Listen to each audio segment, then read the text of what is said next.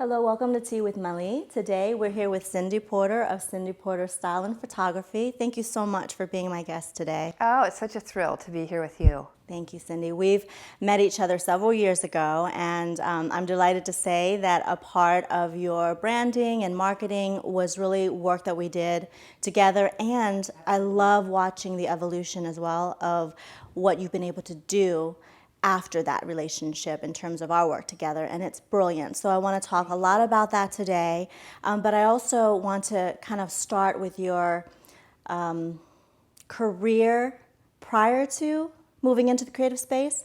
I know that you were in corporate for a long time. I know that you were a divisional vice president of AOL for a long time.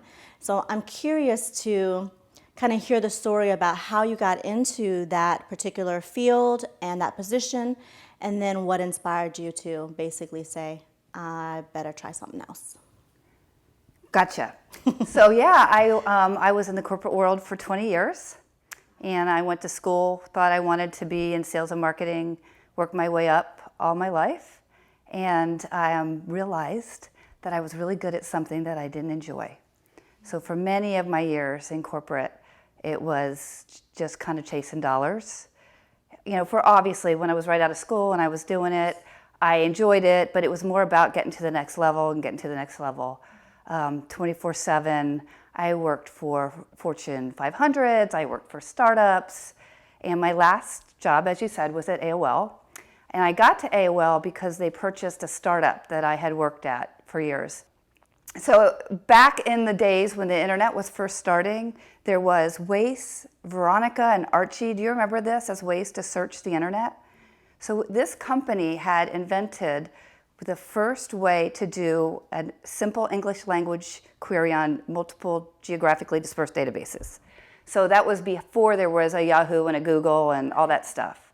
So it was really awesome. We were in the frontier days of the internet. I actually sold some of the first websites that ever existed. That's so cool. It was amazing. I went out and I was telling people, someday there's going to be this thing called the Wide World Web, and you're going to have your business there, and we'll shop there, and it'll be like a billboard for your business.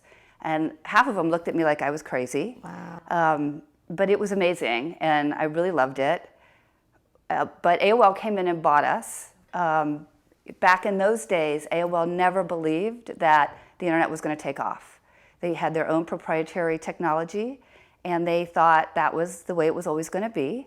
And just to hedge their bet, they bought some of us startups. So I ended up kind of getting into AOL, totally different world. You know, when I was at Waze, we actually thought we were changing the world, that we were creating this global network for people to communicate. And AOL was already at a place where they were competing with Microsoft, and they were a real business with shareholders. But it was a great opportunity. I went into that business and moved from the West Coast, where I had a lovely apartment in San Francisco, to move out here to Virginia. At first I thought I'd hate it, but I actually love it here. And so I was with AOL for 6 years, kind of worked my way up, went through 7 stock splits. And one day I looked at my finances and I thought, oh my God, I had no idea how this happened, but I might be able to retire. So at 38, I retired. That's so awesome. So how many people can say that? Yes, it was a great opportunity. So it allowed me to then figure out what I really wanted to do with my time and my work, now that I could do kind of whatever I wanted. So really fortunate. Yeah, but what was that journey like, though? I mean, you made this decision to retire. You're so young at the time. You're 38, and you're like, okay, so what's next? And in that conversation that you had with yourself, what really was next? Like, what was the next step for you at that point? What did you do? Well, first of all, I was exhausted. Right, so I had gone from startup after startup, and AOL was definitely just a big startup. So I took a couple of years off, and I was such a workaholic that I was single and really wanted to find the right guy and have a child. And I thought, oh my God, I'm getting old. So after I kind of traveled a little bit, I just kind of got my feet under me. There was a man that I had dated a couple of times while I was still working we reconnected. And the timing couldn't have been more perfect. I met the great guy, and then a year later, I got pregnant. So I now have this amazing 10-year-old and a great husband. And it freed me up to then figure out what did I want to do with the rest of my life. How did you start going through that process?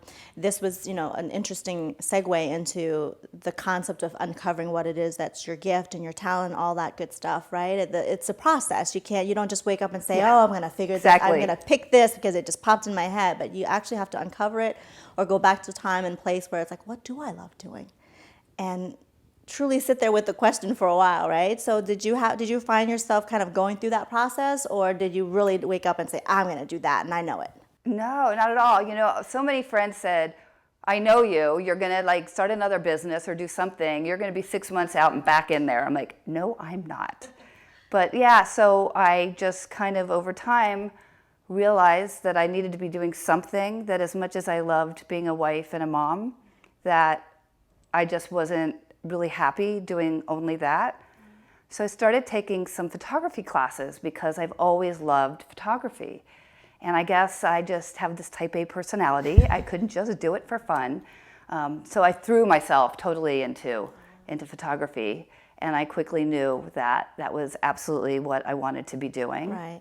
When you say throw yourself into it, you're talking about like literally going to get credentials. I want you to talk about that because you absolutely have credentials. It's not just like you took 1 or 2 courses and that's it. You went all in. So can you share a little bit about the programs you went through? And Sure. Yeah, my husband used to make fun of me that everything I do, it's like drinking water through a fire hose. Like, you don't have to do it all today. But this seems to be what I do. So I loved it, and I just took every class I could find. I took classes here locally. I took classes online. I've probably read 50 books on photography. Then I joined PPA, which is Professional Photographers of America, and it's the trade association that supports primarily people photographers. And they have a certification process. And I just felt like, although I thought I was taking great pictures and I was starting to take pictures of families and babies and they were all happy with the work, I wanted to prove to myself that it was really professional work, that there wasn't something that I didn't yet know that I didn't know, right? So it was a little bit of a grueling process. Imagine. But I loved it, so I did get certified, and I'm happy to say there's less than 1,800 of us in the world that have gone through that process. Congratulations. And yeah, you have to take a test, kind of similar to, a bar exam or CPA, although I'm sure not quite as intense. Then once you pass that technical test, you have to submit 20 images from 20 different commissioned projects to a judge of master photographers. And the first time I actually failed. So I thought it would be the other way around, that the pictures would pass and the test would be hard. But the test I was able to master pretty quickly. It was getting those images, because everything from making sure that the lighting is perfect, the exposures, and that they're artful and compelling have to be there in order for you to get that credential. That's amazing. So it was great. Yeah, but I remember the first time when we spoke and you told me about that credential and that there were less than 1,800 or about 1,800 of you. I was so impressed because we take for granted, we see a lot of photographers out there and we're like, oh, they're a dime a dozen, they're everywhere. Yeah. And then you think about the specialty areas as well, though. Like you said just now, it's for people photographers. And that in itself makes me question, or at least want to question you, why people? Like, what is it about people that you love? Because that's a part of your business now. You could do nature and landscape, but you chose people. There has to be a reason why you feel connected to that. Well, I at first did it all to kind of see what I loved, because I loved the craft of photography. But I just really love people. I think that throughout my whole life, I've been a student of psychology. And about the time I hired you to work with me, I had realized that, started to ask myself real serious questions like, what really matters to me? Do I want to one day be in the National Gallery of Art as an amazing photographer? Or what is it that motivates me? And what I realized is really what I care about is touching other people's lives. And so for a long time, my goal was, can I make the mom cry? And if I can make the dad cry, I know I've really done it. But to capture families in a way that when they look at the lovely pictures and the love between them, and now really focusing on helping women feel beautiful, that's what's really important to me, and I can't get that from still work or the environment. And you led me right into a lot of the questions I wanted to ask. You're good at this. You're better than you think. I did want to touch upon the fact that yes, you focus on people, and it's definitely a mission greater than just photography or the craft of photography. Although that is something that's very important to you, the art and the craft of it is also something that you want to perfect and continue to grow in. But the other side, the heart side, which me, I'm always more drawn to the heart side, is you really want to impact lives. And you talked about families, you talked about moms and dads and the pictures that you take of families and their children. But as you evolve and as you grow and as you start to learn about yourself and go deeper with you, you're very, very much excited about working with women and going to help them and look deeper inside themselves and bring their inner beauty and outer beauty to come together and align. So what draws you to want to do that work, and why is it so compelling for you? I just kind of realized along the way that what I really loved was working with women and also girls. When I first started in photography, I thought what I wanted to do was specialize in babies. So I don't know if you remember that, but I have a lot of baby pictures. And since I had my one and only at 43, I wanted to live vicariously through all these other moms and photograph babies. And this isn't really a direct answer to that question, but what I realized was that babies don't really love to have their picture taken.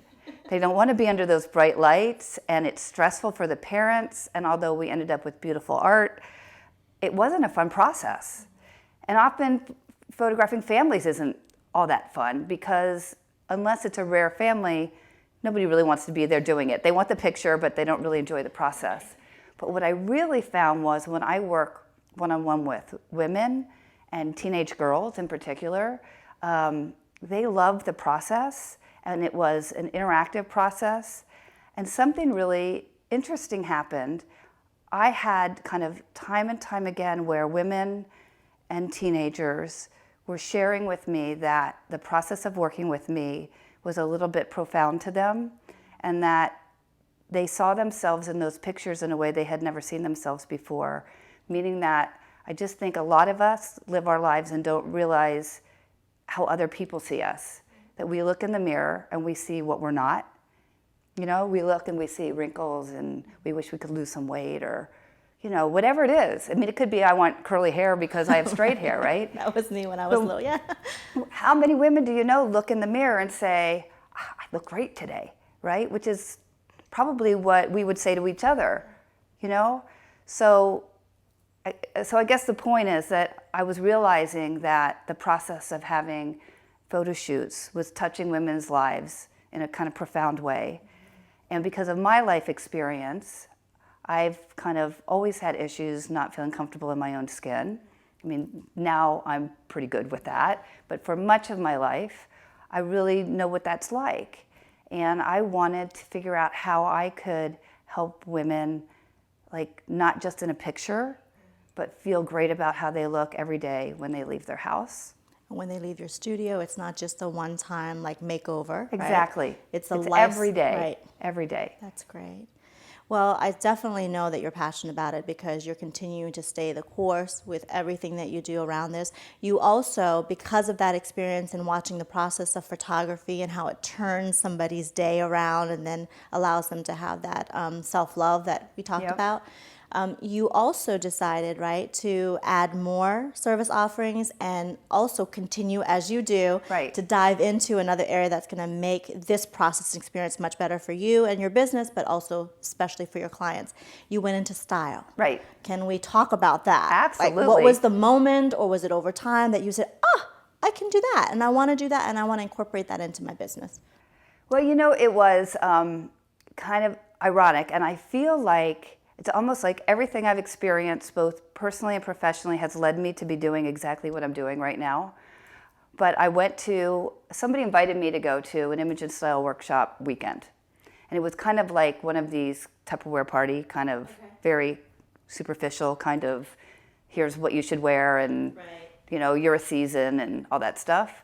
But all of a sudden, as a photographic artist, a light bulb went on. I mean, it was powerful for me because I was the person in my closet, like having a hard time figuring out what to wear. Have I told you that story about how I hooked up with my husband and that wedding? No, tell us. So here I was, like, always going into my closet, trying on clothes, looking in the mirror, not feeling great about myself. Piles of clothes gathering on the floor. Yeah. All the time, And I think a lot of women, as I I talk, most like I'm not alone in that. So one time I was getting ready for my friend Terry's wedding, and I'm going through this routine in my closet, and the pile's getting higher and higher, and I'm looking in the mirror, and all of a sudden I looked at my watch, and guess what? I totally missed the ceremony. Like, I knew there was no way if I got in my car that minute that I would make it to her ceremony. So once I pulled myself off the floor, like, oh my God, what have I done? I thought about what I should wear, kind of had my go-to outfit that I think instinctively I knew looked good on me. And I went to the reception, and it's a good thing because I reconnected with this man that I had once dated. His name is Jack Porter, so he's my husband. So I never would have met my husband and had my child if I hadn't gone to that wedding. But, I know a lot of women kind of have that experience of not feeling comfortable in their own skin and not knowing what to wear. And then just saying, screw it, I just won't go. Or I'll screw it, exactly. Or you go and you just don't feel great about yourself and you project that kind of thing. So when I was invited to go to this workshop, I thought, I totally need this workshop. I'd never thought about before that everything I do every day, I coach people every day what to wear for a portrait. Here's what you should wear, here's the color harmony, here's what's gonna look good on you. And it never occurred to me that all of the principles that I was using to make a beautiful portrait could be applied to how we dress. Right? So I knew, and oh my God, in that minute, that was my oh my God minute, that I needed to know more about image and style, and that if I learned those skills, I could take it to the next level, and that's how I could kind of do more with women. Now let's talk about the next level. So you went and you got training, and you actually aligned yourself with a partner, a company, and you learned all this. Yep. And now you're doing some amazing things for women. So can we talk about some of your programs? And I know that you're doing workshops and all kinds of cool stuff. Yeah, so first of all, I did a lot of research to figure out where I was going to go get trained. And I found this amazing woman who's an icon in the industry. Her name is Carla Mathis, and the program is called the Body Beautiful Institute. And I chose her because she's all about the empowerment of women. She's not about kind of turning women into fashionistas or, one size fits all. So I knew she was the perfect fit for me. So I've now gone through kind of multiple levels of training with her institute, as well as other places, so that I'm not just following one program and making it my own.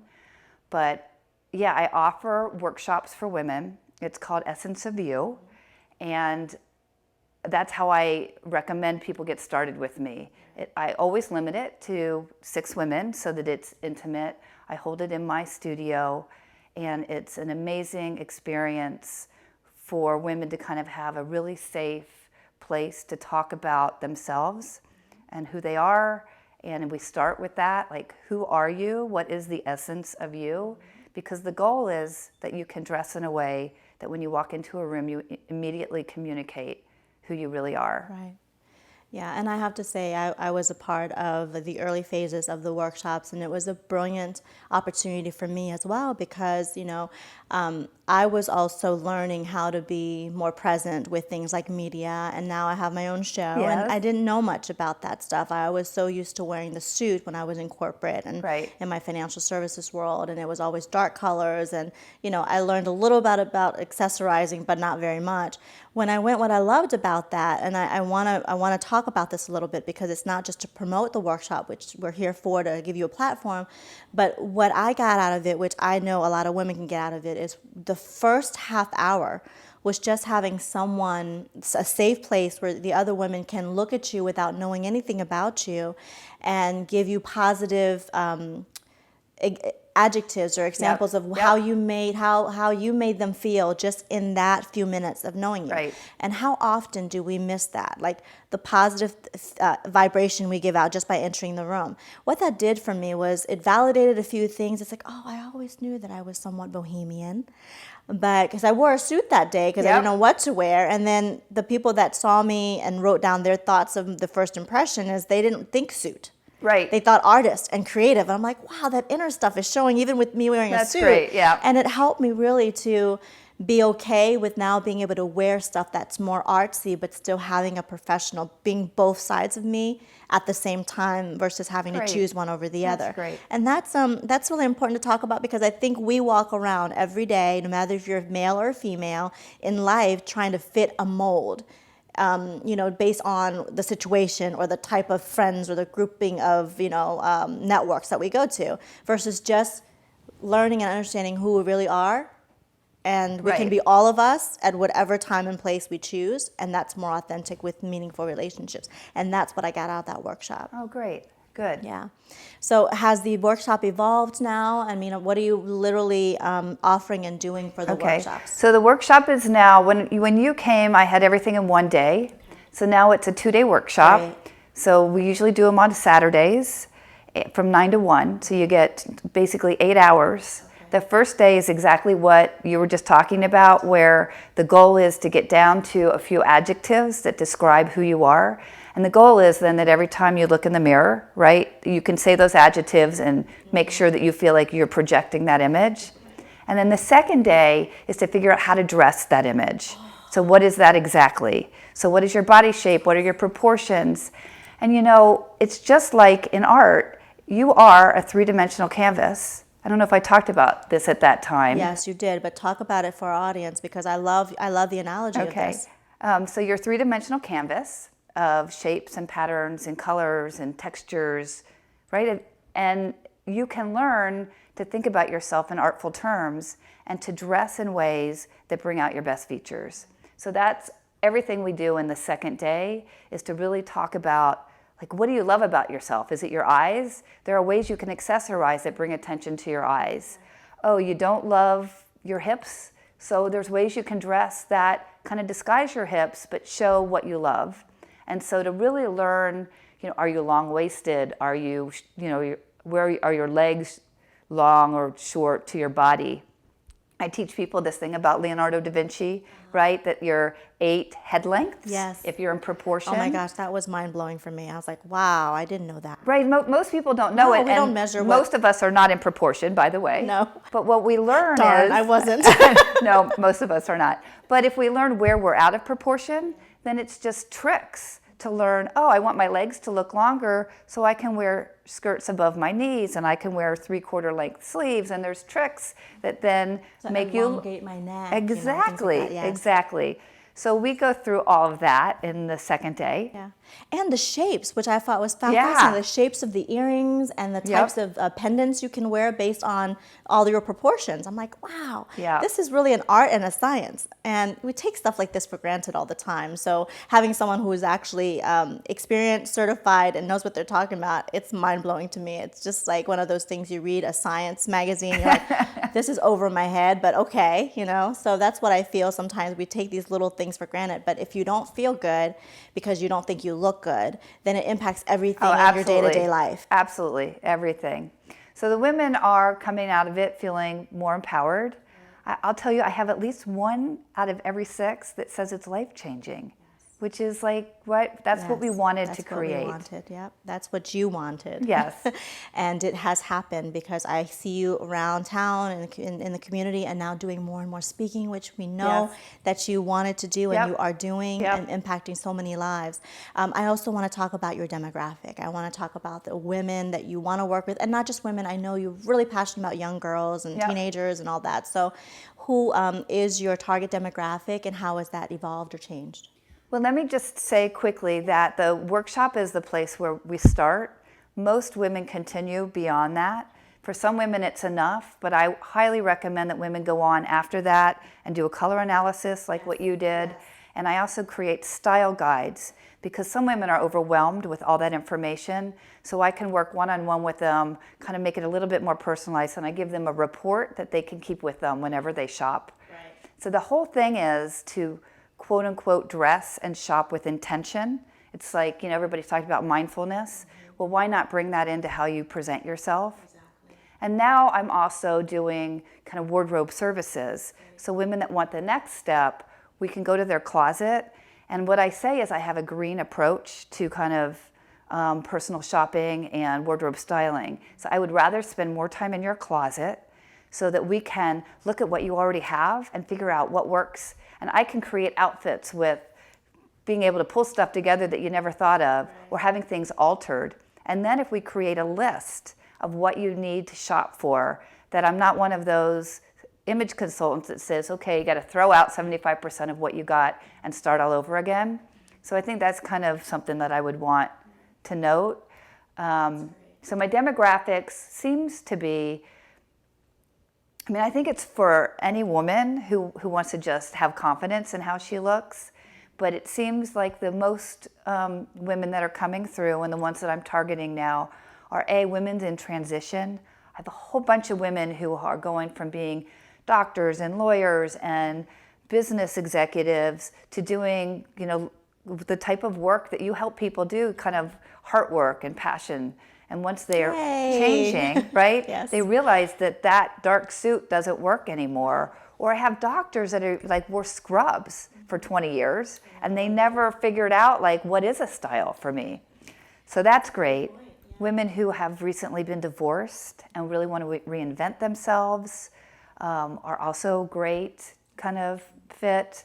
But even business owners and executives, or what about a salesperson who wants to call on C-level executives and it's like moving the next level in their organization and want to make sure they look the part? So those are a lot of the people coming through. And yes, I have now launched Free to Be Me is the workshop for teens. So I'm really excited about that. And it seems to be it's the teenage daughters of the women that I've worked with. Which makes sense. Which makes sense. But I'm also finding that when I go and I speak to mother-daughter groups, that I kind of offer them an incentive to both go through. So I don't want them to come at the same time. I want them to be with peer group. But if a mom experiences the workshop and the daughter experiences the teen workshop, then they have a common language and a common experience. And what we're finding is that shopping for that teenage girl, and when she leaves the house, that it's much more peaceful in that household and they have some kind of common ground. So I love doing that as well. Absolutely. I bet you that's fun too, because when you speak the same language and then especially if you have the same colors, yes, you can do a lot of closet swaps. That would be so much fun. It's great. Speaking of which, the colors, I will have to plug you on this. It has given me a lot of confidence when I go shopping now, because the work that we did together and how you've supported me is you helped me figure out my color palettes, right? Well, you look great, I have to say. Thank you. So being able to work with pieces that I have, or pieces that, we have a sponsor now, Doncaster, for the clothing, being able to even know the colors and what to put with what. That's great. It's been such an amazing, I would say it frees me from a lot of stress, because it is stressful when that's not what you're gifted at. Yeah. I'm good at what I'm good at, and picking out my outfits and putting this stuff is not my thing. Right. So it's it's not been most helpful. people's. Yeah, it's not most people's. And I think it is just, don't you think when you look in the mirror and you feel great about how you look, that then you can just go into the world with more confidence? Absolutely. It's such a different experience. You wake up and you look in the mirror and you actually feel like you feel inside, right? Because sometimes it's a kind of a conflict. Right. It's like, oh, I feel tired inside, but I look great, and both can happen. The external can help your inner feel better. So I also want to talk about your speaking, because you're doing more and more of that. What types of topics do you like to focus on, whether it's for teenagers or for women in the working world, or just women in general, moms? You're a mom too, so what do you enjoy talking about? Well, I have a presentation that I love to give. It's kind of my flagship presentation, I guess, for lack of another term. It's called 7 Master Strokes to a Polished Image. And I go through profound. I go through everything that the workshop is about, kind of, but boiled down to anywhere between 20 minutes and an hour, depending on how long the group wants me to speak. But it's a great introduction, and it's educational, and I love to give that one. And I can kind of cater that to the audience. I also have a Free to Be Me speech where that's directed to teenage girls and kind of teaching them. The thing for teenage girls is they all feel like they have to look alike, and they're all so self-conscious in their own skin. So it's about even just introducing them to the concepts that they can be unique and they can dress their unique personality. And then they just think it's cool to learn their colors and to learn what shape their head is. You know, it's like stuff like that just, you know, that girls love. I just think it's beautiful to have that instilled in young women and men as well, you know, Absolutely. early. That all the things that make me happy, the things that I love to do that might be quirky to other people, it's totally fine. That's just me. And I actually am starting to hear that more and more with teenagers. That's just me. And I think That's good. I think that with technology and with people having so many people around the world kind of having their own YouTube video or, you know, being out there and saying, hey, I'm different. And I love the fact that everybody is different, but when you actually say you're different and you're proud, that's a pretty good thing. And I think that's a great message for other teenagers to give to other teenagers. But then when adults like us have workshops like this, just to validate that it's totally okay, we're not expecting you to fit into a mold, which that wasn't always the case. That wasn't the case when I was growing up. You know, go to school, get this, get that. Right. Not to their fault, but because they were concerned about, am I going to be okay for the world as expected in society? Right. Yeah. And you know, the studies show that teenage girls, or even girls, that self-esteem rises until about age 9, and then it starts to take a nosedive at age 9. I mean, I would have guessed it to be much older than that.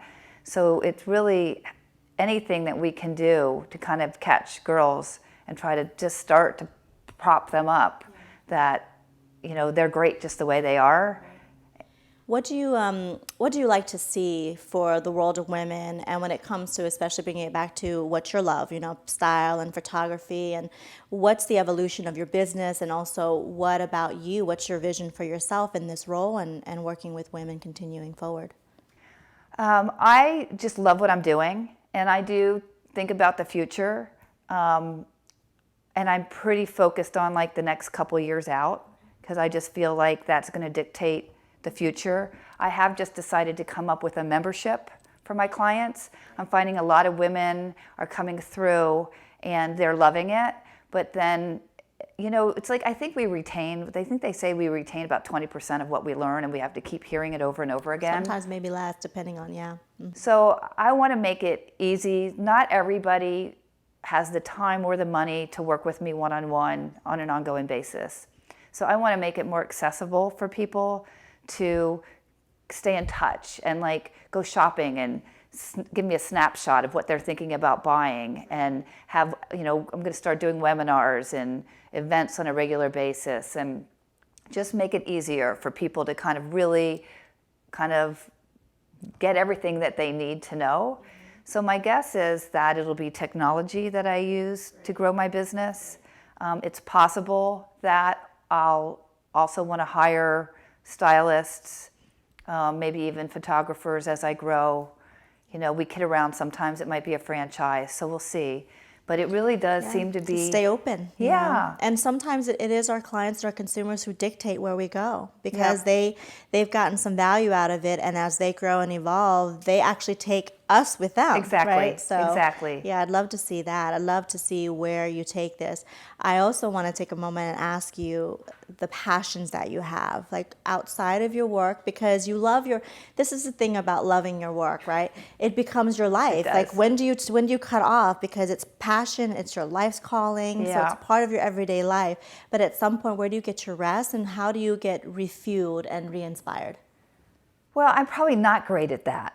I'm fueled by my relationship with my friends, and especially with my husband and my son. So these days, because I kind of reinvented my business just a couple years ago, it really still is in quote unquote startup mode, and I have to be putting a lot of time and energy into it. Thankfully, I love it. And when I'm not working, I'm with my 10-year-old and my husband. Every now and then I might, go get a massage. But try to find a little time to exercise. What about community? Do you do a lot of work in the community, or just having girlfriends? We talked about friends, right? Networks. I think especially for women in the corporate world or those that transitioned into doing something of their own. I know in my early years, and it's still early years, I've only been doing this for a year and a half under Melly Creative, but I tell you, for the first year especially, it was so isolating. And you knew there was a community of other people out there who were starting their own businesses, but at the same time, it was nose to grind. I was like, oh my gosh, but if I take my eye off the ball, then everything that I've invested in this business might not work. And that's, so I just want to ask you to also help others there who are just in that place. Where do you go? Where did you go for support? Well, I'm in a number of networking groups. Recently, I've joined Capital Speakers Club, which is amazing. I actually was sponsored into the program, and I thought I was going just to hone my speaking skills. But it turns out that it's a network of 600 women, and it's a social club. And they're all really amazing, accomplished women. So that's becoming a big part of my life, in addition to other networking organizations that I'm a member of. And I think that giving back to the community is really, really important. For years, I did work at the NICU at Georgetown Hospital when I was focusing on babies. I actually started their program that now is carried on. And I want to do a lot of that in this world as well. So I'm actually looking for the right nonprofits that I can support through my image and style, whether it's battered women, homeless women, they're trying to get a second start. I've been introduced to a few organizations, and that will become part of what I do. But I can't say that I've found the right fit yet. So maybe they're listening to the video. Like inviting people. Maybe you're out there and you want to recruit me. Yeah, no, but I love that you're putting it out there and asking basically for someone to say, hey, I really want your support. And the fact that it's hard when you hear somebody say, I want to help, it's like, take it, take it, because we're always questioning, do they really want to help? Are they really just saying it? But I know you, and this is important to you, and you really do want to help. Are there any words of advice for the new businesses that are jumping into the creative space or the passionate space if they've been in corporate for a long time and you walked in these shoes? So do you have any words of wisdom for those early years of launching and moving from something that is so safe? Yeah, it's challenging. And I would say you have to be patient, because what I thought I wanted to do isn't at all what I ended up doing. Right. And I think, I have a background in marketing, right? So I think that the thing is, you have to figure out what you're doing that differentiates you. And what I quickly found out is, as much as I love photography and I'd like to believe that I'm a good photographer and I stand out from the crowd, there are so many photographers that it was the combination of the image and style that now I'm doing something unique that nobody else is doing, and it kind of gets rid of your competition. So follow your passion for sure, and it will lead you to doing something that nobody else is doing, and things will just fall into place. But I don't think I was patient enough at first, that it takes time to figure it out, and then it takes time to build relationships so that you start to have a following. And you can't, unless you're super lucky and you come up with a product and go to market the next day, it just takes time. And you got to be in the game. You know? Wouldn't you say that? Absolutely. It took a long time, and it's still a lot of work. You still have to continue to brand and put yourself out there at the same time that you want to give and do good for the community. You have to also know that this is a business. You have to find ways in which it's profitable and bring income in, because if you want to do good work for the world, you have to sustain yourself first. You do. Which is hard for creatives. It really is. It's like, oh, but it's just a gift that I have, and I just want to give it away. And it's fine that we do that every once in a while, but when it's your only income generating machine, you have to step up and be the business owner as well. Being able to straddle that. That's the tough part of a creative business. It is. And I would say if you don't have those skills, that you should hire somebody. Because you can't be it all. I'm lucky that I came from the business world, so I at least knew.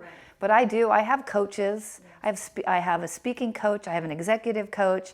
I finally just said, it makes sense to have people who are experts to help you even be a soundboard, because you're in a vacuum doing it all by yourself. But the other thing is, we've got to take time to make sure we're getting enough sleep and exercise and taking care of ourselves, because you're not doing anybody any favors if you're running yourself ragged to the point that Oh yeah, I'm guilty, and it's only been the last, I would say, year to year and a half that I've actually been able to force myself to have really powerful conversations with myself. Yes. And educate myself on the beauty and the importance of health.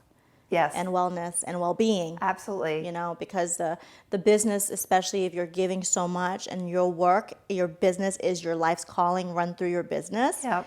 You have to be present to the fact that this is a legacy business, which means you want to extend it for your lifetime, so that when it's burn out in 2 years. exactly, Yeah. exactly. I love having this conversation. I think it's even better when we know each other, being able to know what really where your heart is and why you want to do this. We all have a personal story as to what drove us to this, and I know that you have yours, and one day you're going to talk about it and have a book about it, hopefully have a movie about it. But I do want people listening to really take to heart that whatever life experiences you've been through, good, bad, ugly, beautiful, that they lead you to the place where when you're working every day and getting up, you're doing what you're meant to do. That's right. And you may have never expected that your life experiences would lead you there. Exactly. Would you agree with that? Absolutely. How you came? Mm-hmm. It's really, it's hard to realize in the moment, especially if you're going through difficult stuff, that it's sometimes exactly that's going to lead you to a place where you can touch other people's lives based on your experience. And to be able to do that is really powerful. I mean, I can't say that it makes it all worth it, but it sure is great to be able to take everything you've experienced, especially if it's been painful, and then be able to use that as a way to help other people. And I do feel like that is what really, in some ways, sets me apart, that when I'm working with women, I'm not up here. I've probably been through, at least or more pain than any of them have, and have had all the self-doubts. And so being able to relate is a big deal. It's almost a gift. Yeah. So, and I know you can relate to that. Yeah, no, I think that's the thing. We talk a lot about that on Tea with Mali, is being able to truly experience the thing or similar journeys with our clients, with our consumers, with our fans and followers, and people who are in our audience when we speak to them. The change that happens only takes place when they really think that you get them. Exactly. That they can take your advice seriously, because it's not coming from a book you read. Right. It's coming from you walk through the shadows of the darkness and the ashes, and you've been able to walk through a door of opportunity and hope, and you're just inspiring them to do the same. Yeah. Yeah, so that's really good work that you're doing, and I know that it's also something that you continue to learn from, because every time I see you, I'm like, oh my gosh, you look great, and you're doing this, and your hair's changed, and so it's nice to be able to learn and then teach, and you're just learning and then teaching and learning and then teaching, because that makes it so much more alive than just a business. Absolutely. Right? I learn from all my clients. It's really great. So what about your family? What do they think of the work that you do? Because they knew you as corporate. They knew you as Cyndy Porter Executive, Yes. What is it now that they're saying? Well, they are so supportive. Yeah. It's really great. And it's really great. My husband helps. He's a financial genius. He's, been a CPA and manages money for people. And he is my backbone. And not only that, I go to him for advice all the time. And he's really generous and probably getting close to retirement age. So he jokes about working for me soon. And my 10-year-old can't wait to work for me. He's like, Mommy, I want to work for you. I'm like, you're 10, you need to play. and he doesn't want to be a stylist, but he's ready to be the marketing, financial, and the CEO of my business. He knows what that means. So I guess I have a lot of work to do, so I can leave him a business that he can be a CEO of, or have it be long enough that we can work together. How I think great would that be? that's the beauty also of having entrepreneurial parents, right? Yes. Because he sees it every day, and he's got a step ahead of the game. He sees the challenges and the struggles as much as he sees the successes, and I think that's a really big deal. I think people who want to just launch into something, you have to really think of all the consequences. There's always an opportunity cost. There's always, when you decide to come out there and do something on your own, you got to make sure that you have things in place. Absolutely. How are you going to sustain yourself? What are some of the plan B's and plan C's and plans D's? But at the same time, not to the detriment of it being so overwhelming that you stop and you don't pursue your passion and be able to jump out there and say, I have to do it. And usually it's our inner self telling us we have to do it, right? Yes. Because our mind tells us, don't do it, that's stupid. Exactly. You can't take on one more thing. Well, but I got to. What would you say has been one of the greatest learning lessons for you in your business? In the last few years that you've taken this challenge on, what have been some of the biggest challenges, and maybe a success story of how you've overcome some of those challenges? Well, there's been a lot of challenges. I think that when I first started, I was trying really hard to follow models that already existed. So there's a lot of really successful photographers out there. And it's kind of an industry like being a rock star, where there are a whole bunch of photographers who don't make very much money at all. And there are a handful that are making millions. And so we all want to be those people. And they come and they speak and they tell you their formulas. And I blindly followed their formulas.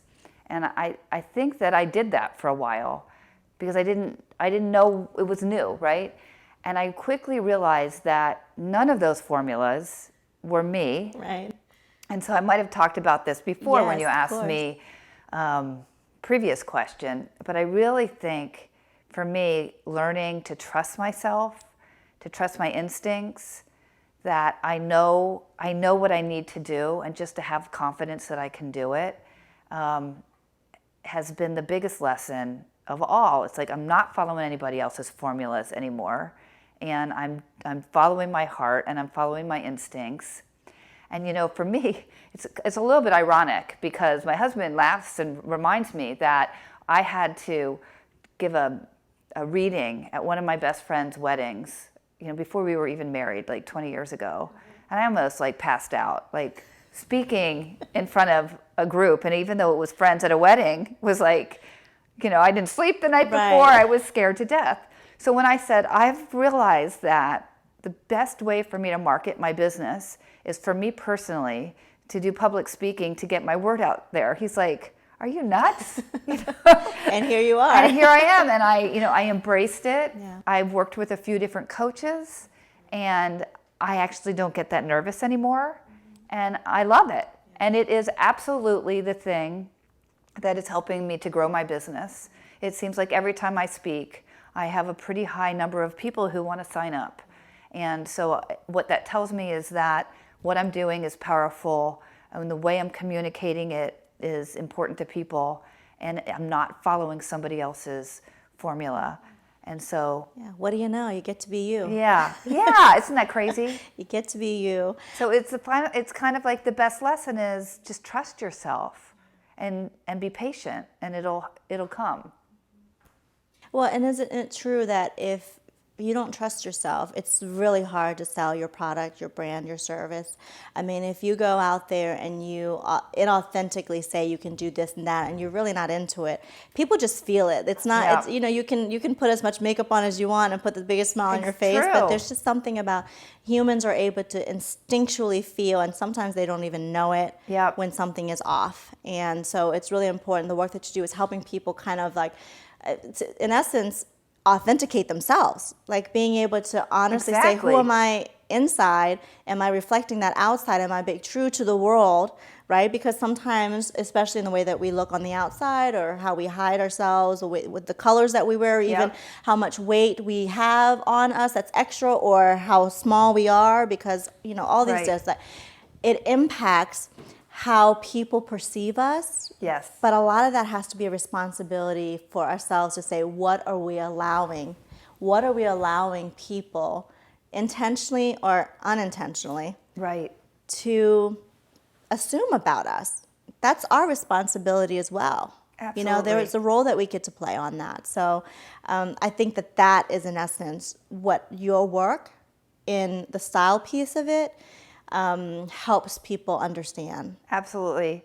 And I think that's where the psychology comes into play, is that I have had a number of people come through and work with me that didn't realize that they were hiding themselves through how they dressed, or that they had other issues and they were kind of exposing themselves in a way that they were getting attention that they didn't want, and they didn't really realize like how to stop that. And how much of that is subconscious, right? Very subconscious. So much of it, yeah.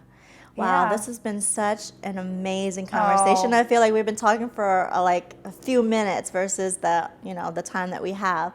But I would like to take a few minutes just to have you share with our audience how people can find you. Where do they go to find your work, to get a sense of your photography as well, because that is really still a true functional area of your business, and then also your workshops. My website is www.cyndyporter.com. That's CYNDYPORTER.com. That's the best place to go. Talks about my business, and my portfolio is there. And please call me. My phone number is 703-919-5244. I'm happy to meet with anybody who wants to learn more. Right. Any last minute thoughts for our young ladies and beautiful women of the world and how they should show up in the world? Well, you know what? I just enjoyed this experience. Has been terrific. And I would just say to everybody, you know, when I finish a presentation, I usually have people raise their hand and do a pledge. And the pledge is, number one, that when you look in the mirror, that you'd say positive things to yourself. And that if you're a business owner, you spend as much time on your personal brand as you do your business brand. It's just as important. So maybe that's what I would say. That's fantastic. Thanks again. This was absolutely amazing.